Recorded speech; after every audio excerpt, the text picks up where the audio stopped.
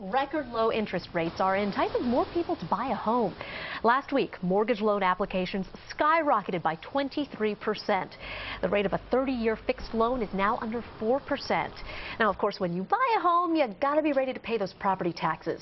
But our neighbors over in Union County say the way their property taxes were determined is unfair. They want to know how the county assigned their homes a property tax value if nothing was even built there during the last revaluation. Our consumer investigator Bill McGinty is tackling the issue and getting them their answers.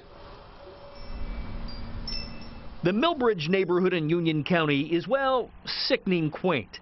It's why people buy here, that along with the good schools and lower taxes. My lot was assessed at $74,000. Colin Albert bought here in 2010, and he admits he got a screaming good deal on this house.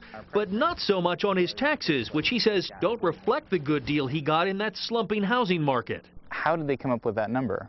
And why is it so different from the actual value that the house sold for? When you own a home, you pay property taxes. That's the way the system is set up to work. But back in 2008, when the county did its last evaluation, these neighbors didn't own anything because this neighborhood wasn't built yet. So Colin's question is simply this: how did the county come up with property tax on a home that wasn't here yet? In Colin's case, his property tax is based on $329,000, but he paid $90,000 less than that to actually buy it. Could you sell it for the assessed value right now? No, there's no way. There's no way I could sell it for the assessed value. I don't think there's any house in this neighborhood that would sell for that assessed value. John Petoskey is the Union County tax administrator.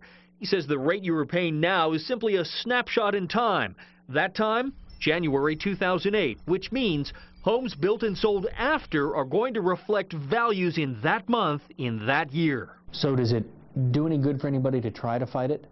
Well, I think they have to look at what that property would have been worth as of that point in time. And if they're arguing a current sale, probably, to answer your question simply, no. It probably wouldn't do them any good.